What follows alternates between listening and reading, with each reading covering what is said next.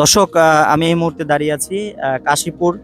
আপনারা দেখতে পাচ্ছেন এখানে বিডি ক্লিন, এখানে একটা পোস্টার লাগিয়ে গিয়েছে, এখানে ময়লা ফেলা নিষেধ, সম্পূর্ণ নিষেধ। তারপরেও কিন্তু মানুষ এই যে এইখানে দেখেন, এখানে কিন্তু ময়লা ফেলছে।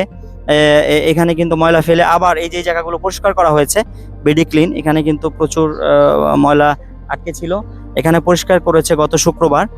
কিন্তু এটা আবার কিন্তু এই যে এই জায়গাটাতে টোটালি ময়লা ফেলে আবার কিন্তু এই জায়গাটা পুরো বন্ধ করে দেওয়ার ব্যবস্থা করছে। এখানে আমরা একটা ভ্যান গাড়ি দেখতে পাচ্ছি, দেখেন এই যে ভ্যান গাড়িতে করে ময়লা এনে এখানে জাস্ট ফেলে দেওয়া হয়।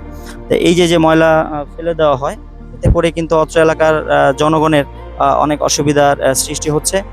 তো এই যে যে ব্যানার, এই যে যে সতর্কতা, কে শোনে কার কথা?